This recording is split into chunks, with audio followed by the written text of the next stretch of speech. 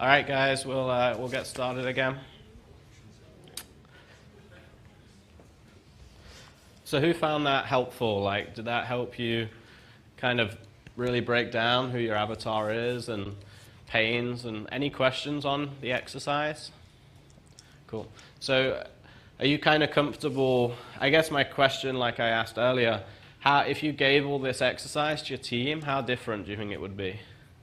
Pretty different, right? And how many will take this and do it with their team now? I think you should all do that because it's really valuable. So like I had some of my guys do it, and their results are, the kind of input is very similar, and that helps. So like we have one of my marketing project managers here, one of my copywriters here, and then more like operational people here, and having them all understand how our ideal client helps them if they ever speak about our agency, someone wants to work with us, or if the copywriter is writing ads for me to promote my agency, then she'll understand how to actually write the copy to speak in the voice of the client, right? And to resonate with the client. That's a key part of copy, is resonating to meet the client where they're at, right? Or the customer or the avatar.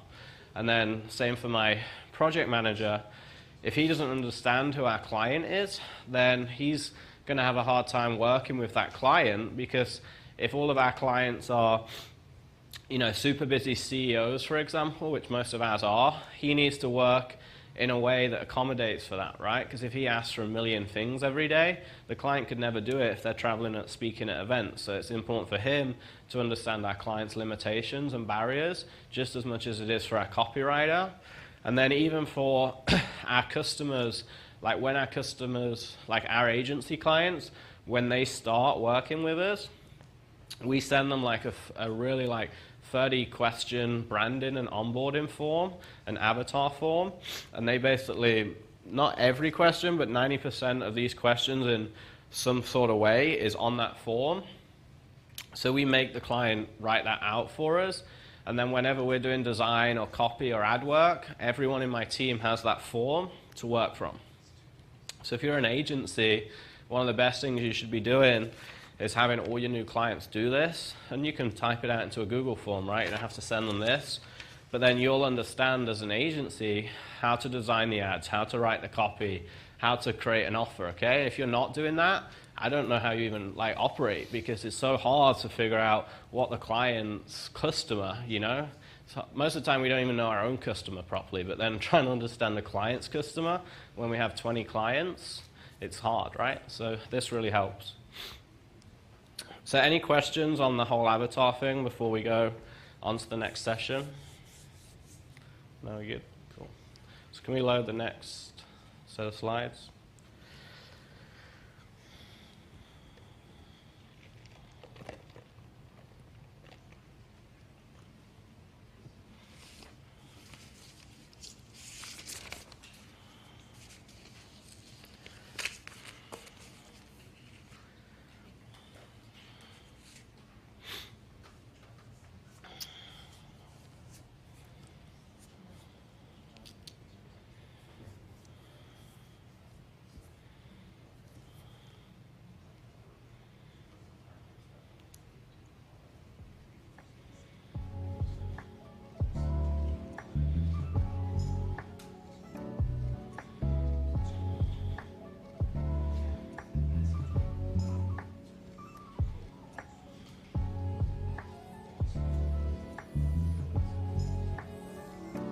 I don't know if he's got it downloaded, this one.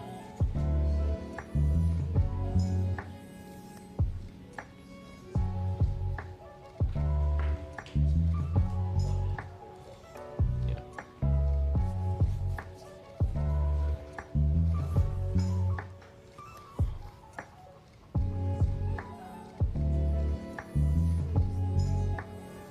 Okay, so in the next one, I'll kind of give you an intro while we're pulling up the slides.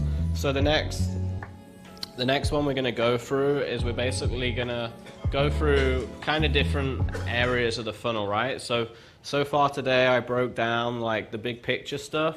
So like the cart page, the upsells, and I talked about how to optimize those and why they're so important, right? So the upsells, the cart page, the back end, basically. So what I'm going to do now is go into a little more depth for each section, and then I'm going to show you some of our landing pages that we've created for each element and talk you through why we've done those, and you can ask questions. And like I said, tomorrow I left the afternoon free for hot seats, so we'll have plenty of time, like hopefully most of you can come up with your funnels, your landing pages, or maybe a client if you're really stuck with a client, and I can help you figure out the ad problem, give you better creative ideas, give you better funnel ideas, or show you how to optimize them. So the way I see a lot of the funnel optimization side, it's like the 80-20 rule, right? So 20, there's a section of each funnel, each and every funnel, that yields most of the results. And really as a marketer, whether you're an agency or you have your own brands, it's really important to understand within that, for every funnel, what are the key elements that yield the biggest result, right? Because if you're trying to change an image halfway down the page and that's your split test, and you're not playing around with price point or headline, which is like two of the biggest elements, then you're going to waste your time, right? So having an understand of like what is the thing that will move the needle the most on every landing page or every funnel is so important. So to give you an example for a sales page, so the way we would optimize that is we would heat map it. So heat map is where you can record the page and you'll look at like the flow of the page, right? And you'll see where people are engaging, dropping off. And you can record user journeys, right? So you can record live, like real people navigating through your website and funnel. And like you should be doing that for most of your clients. You should be doing that 100% if it's your own brand.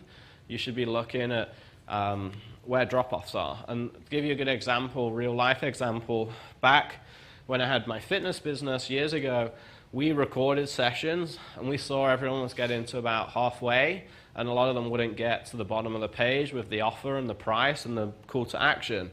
So we added a couple of call to action buttons like buy now, higher up, and it added like, I can't remember, like 0.5% to our conversion rate, which is a lot, right? If a page converts at 3% and you take it up by 0.5, you've added like 20% or so to your actual conversion rate, which 20% to your revenue, basically.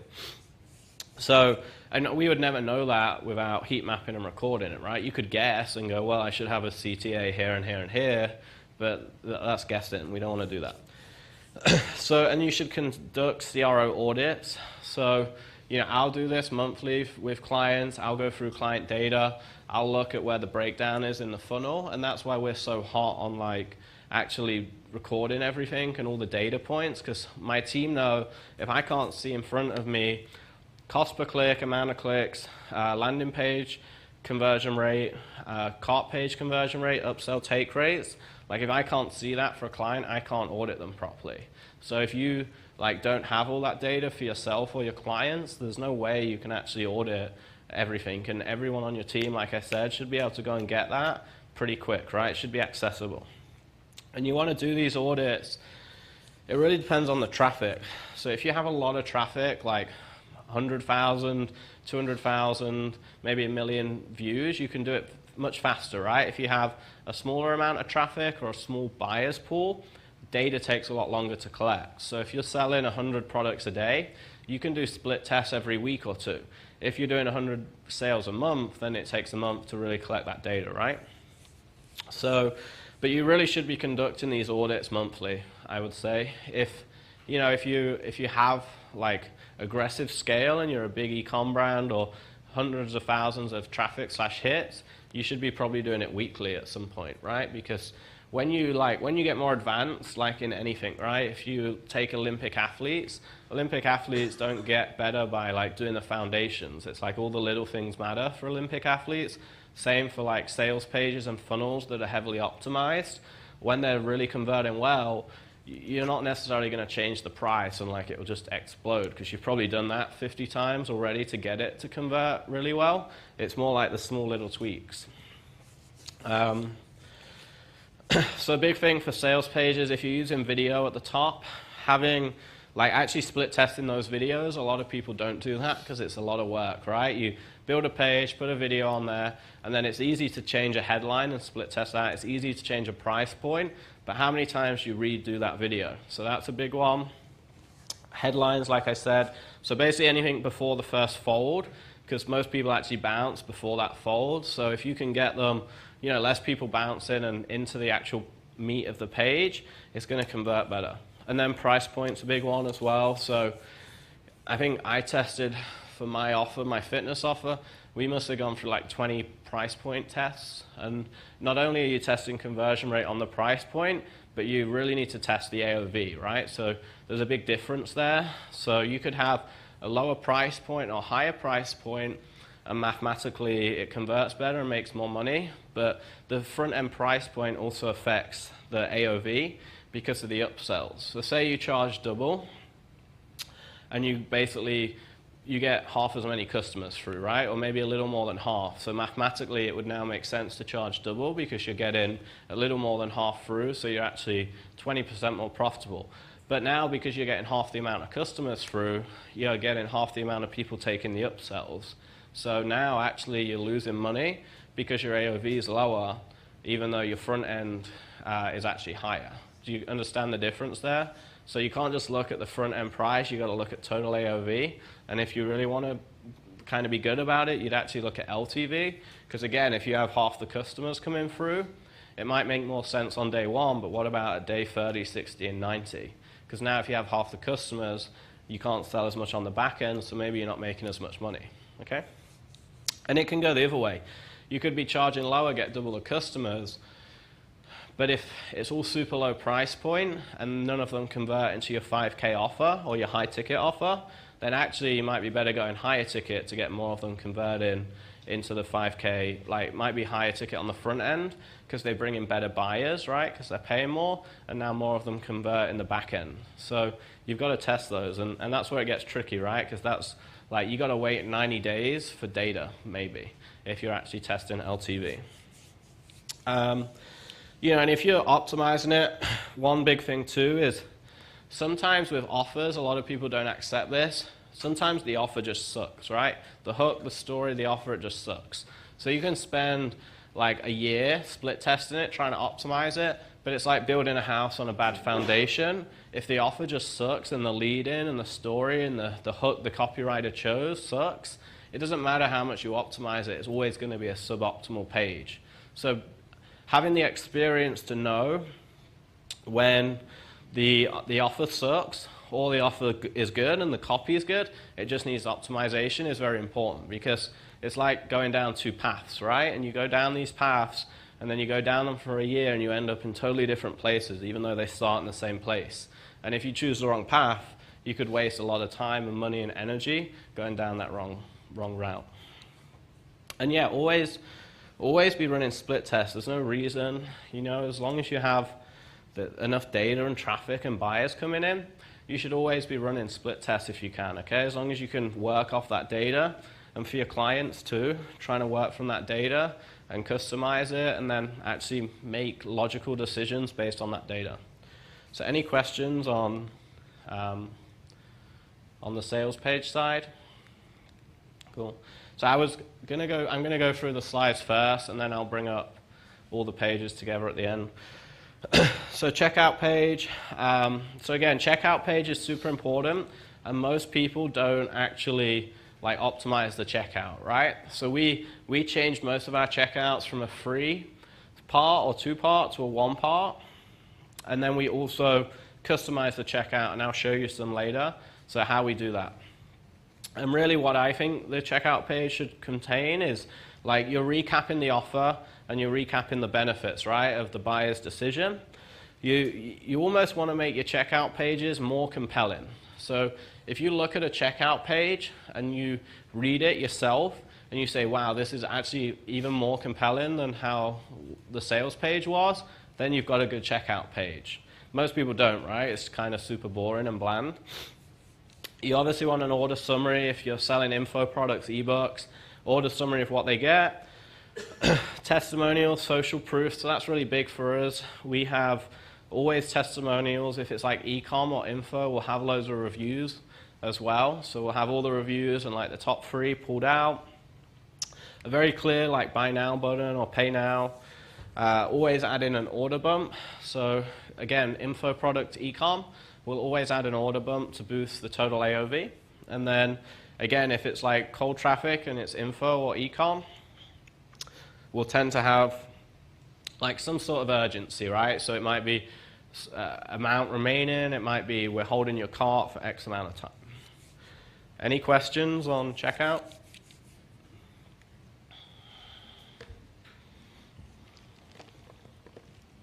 Imagine that the bump is always a lower price than the actual offer.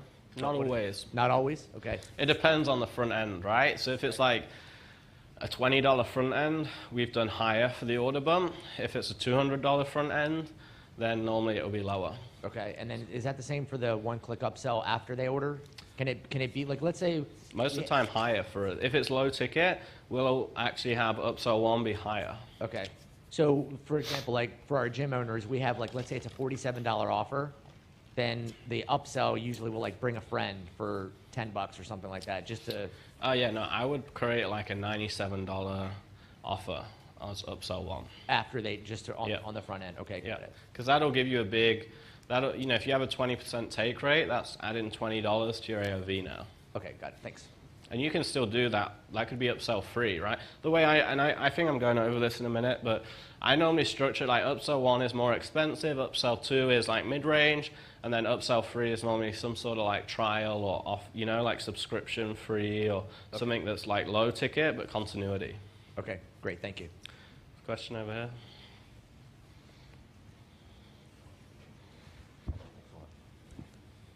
Yeah, I just had a quick question about the checkout page length, like the size of it. I had always kind of worked on the assumption that, under the assumption that things should be like, they usually end up being bland because I just wanted them to be short and I wanted to get them right to the checkout, you know? Yeah.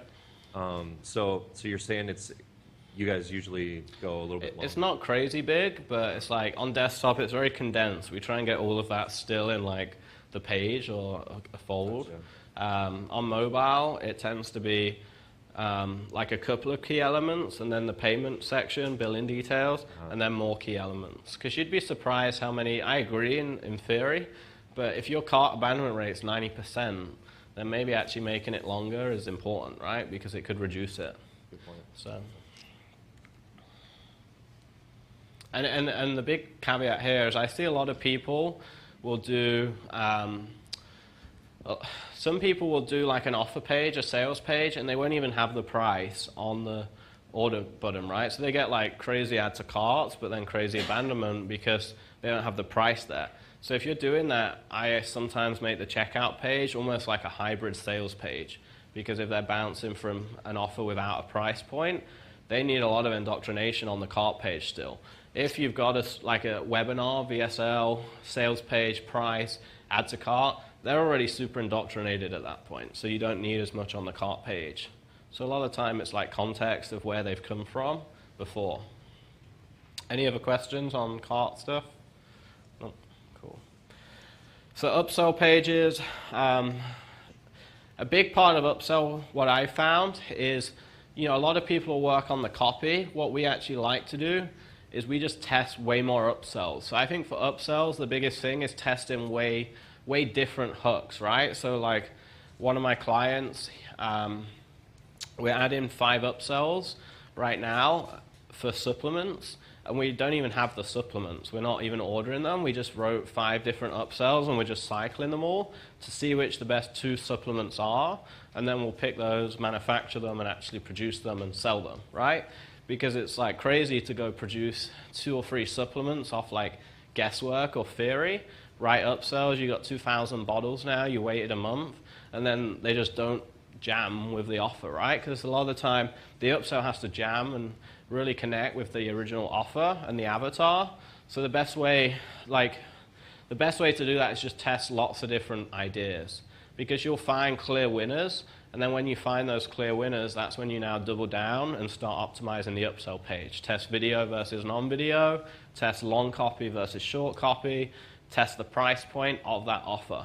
But before I do that, I want to actually test totally different offers as upsells. And you can do this like with affiliate offers. You can do it, you know, how we do it, where we create it and just refund the customer. So stuff like that. And like I said, for lower ticket e-com, the idea in theory is if you're selling a $50 or $80 product, you want the upsell to try and at least double that AOV, right? If you can, that's a good goal. If it makes half back, it's okay, but if you can double front end, it's going to be way more powerful and give you way more strength to scale from a CPA standpoint on Facebook.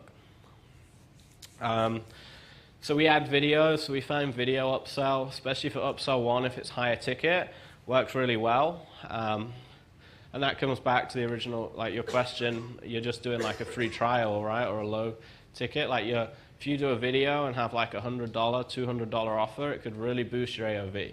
And you could still do the free part, like maybe as upsell free, or maybe a couple of follow-up emails, or a retargeting ad to the buyers, right? Why waste an upsell space?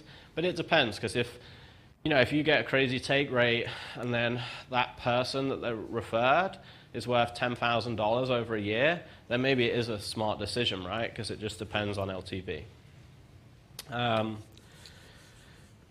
So product demos work really well. So what you've got to remember for upsells is upsells are a quick purchase, right? People aren't studying the page for 30, 40 minutes and they're not coming back multiple times like they are for the front end offer. So that's why the offer, like actually testing the offer you place there is so important, because you don't have as long to actually sell them on the offer. So it has to be like a very logical sequence, because it's going to be spontaneous. And if it doesn't closely match or isn't really like high value to the customer, there's no reason for them to buy it. And you don't normally have as long to like sell them on it because it's an upsell. They're not coming from an ad. You're not retargeting them as much. They've already bought. So, that's why airlines, right? They sell bags, speedy boarding, seat upgrades, because it's logical. They're not going to go and try and sell another flight right there. It wouldn't be logical. So you've got to test that. And if you're doing e-com, or even if you're not doing e-com, the reason I like product videos, if it's like a 30 or 60 second video, it's very quick to like explain what this upsell is, okay? And then we add downsells too. So like for info product e-com, we might do for you guys, for example, $100. And then if they don't take that, if it doesn't cost us anything, we might offer a downsell at $49. And then we actually get another 20% take there. So that adds another $10 to our AOV. So now that one offer added $20 to our AOV at 20% take rate and $100 on upsell 1. Then we downsell it, 20% take rate at $50, which is another $10. So now you just added $30 to your AOV. And if it's a $50 offer, you're now getting close to almost doubling that front end, right? Upsell 2 and 3, add another $20, combine, now you've doubled your front end. Yeah? Any questions on upsells? Okay, so webinar. So webinar is really important that page is right, because webinar, you're going to run all your traffic to the webinar registration page, and if that's like not optimized, you're going to pay instead of $6, $12, okay? And that's like obviously double, which means your CPA in theory is going to be double too. So, and if you're selling a $5,000 program and your CPA is $1,000, maybe it could be $500 if you just worked on that webinar registration page more. So we do a lot of split testing on the web reg page. They're not normally super long, so it also means the copy has to be really strong and condensed, right?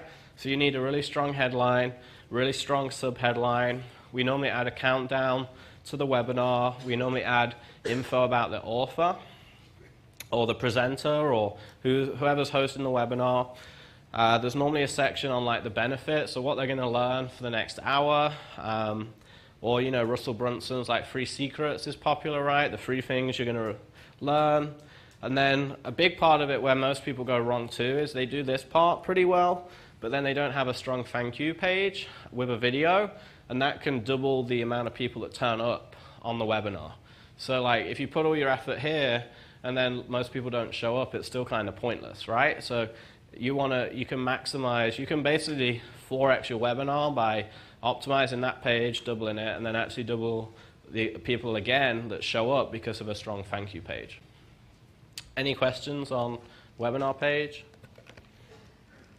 I'll go through some too. So app page, so if you're selling high ticket, application pages work really well, right? And the cool thing about app pages is they can go behind a webinar, they can go behind a sales page, like you might do low ticket, and then you might lead them to an app page via email and retargeting ads to sell high ticket. So app pages are like application pages are good for any high ticket offer. Masterminds, courses that are like $2,000, $3,000, $4,000, $5,000, and most of the time they obviously lead to a sales call. And having a sales team, you know, for higher ticket offers is so key, and having those salespeople dialed in to the ad side. So for app pages, it depends on the offer, but most of the time we focus on social proof. So we build our app pages on content, but a lot of it, like I would say half the page is social proof. So it's results, testimonials, reviews, everything like that, okay? And they work so well with Facebook, I think, because there's so many random high ticket offers out there now, right? So the more social proof helps distinguish that. And if the social proof, like the testimonials, are done right, it's still educating the user, because if someone's recording a testimonial video on that page about how their business changed and they tell you the 2 things that they learned on this like mastermind, that's still educating the consumer like you would write the copy for it, but it's done in a better way because it's actually done by the consumer, the customer, versus written copy. We make our app pages pretty long. Like we found like the shorter ones work great, but quality of leads and show rate isn't as good.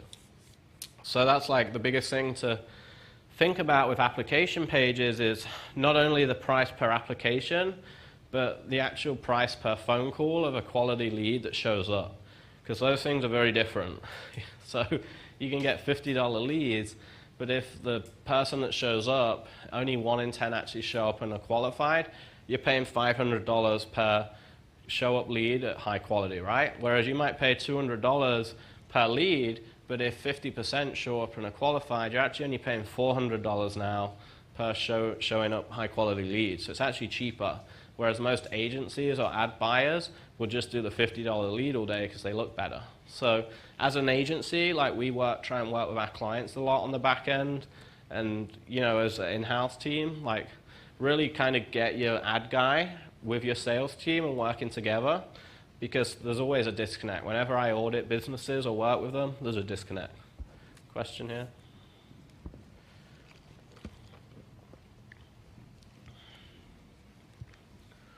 So just to backtrack for 1 second, just to clarify, you said if the testimonial's done right. And so we're doing testimonials all the time in breaks between presentations and before conferences and after. They're all over the sun. You know, we have someone down here giving them questions, and then we edit it out. Yep. But what do you mean by done right? Well, just like, so you can have, there's 2 types of testimonials. There's a type where you just say, hey, tell me what you think about our brand, right? And that is like an unscripted, like random testimonial. And if you have a good editor that gets marketing, they can normally crop it and make it good. But a lot of the time what we do is try and send them like questions that pull out what we would write as copy. Yeah. So say I was writing a sales page, and my sales page included the benefits of working with us, what you would get, what sort of results you might experience, what you'll learn in this course. What I can do is I can take all of those sections I would write on a sales page and bullet point them as questions to ask the customer. Because now the customer is voicing my sales page for me, which is way more powerful because consumers trust other people versus written sales copy. Do you see the point? So if they're done right, it's by like, what I mean by that from a big picture is just strategically like performed or scripted, not scripted, but questioned. So you actually get good value and content out of the testimonial versus, yeah, I love Dr. B, it's great, like he works with, you know, it's like kind of random. Right, exactly. Thank you. Cool. Question here?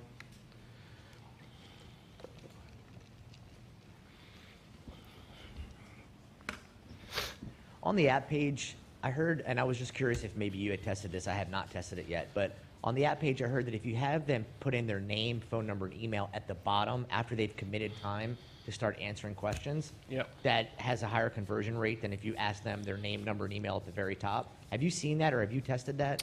I think we have tested that. I can't remember which one won. The biggest test we've done that I was going to talk about, I think it's on here. We test, the big test we've seen like made the biggest difference is a lot of people will do the application and a calendar link to book a call. We flip them. So we do calendar link and then we do application and say, hey, your call's only going to be held if you do this application today or it'll be canceled. And it boosted our our actual cost per app by like 50%. It was way better. Okay. Or lowered it by 50%. So it's interesting. Have them book first. Yeah, Got it. Okay, thank you. yeah. Any other questions on app stuff? Okay, so I'll go through, can we open up that Google Doc with the URL links? So I'll go through some apps now, some app pages, some landing pages, and kind of just talk you through the example page link, yeah.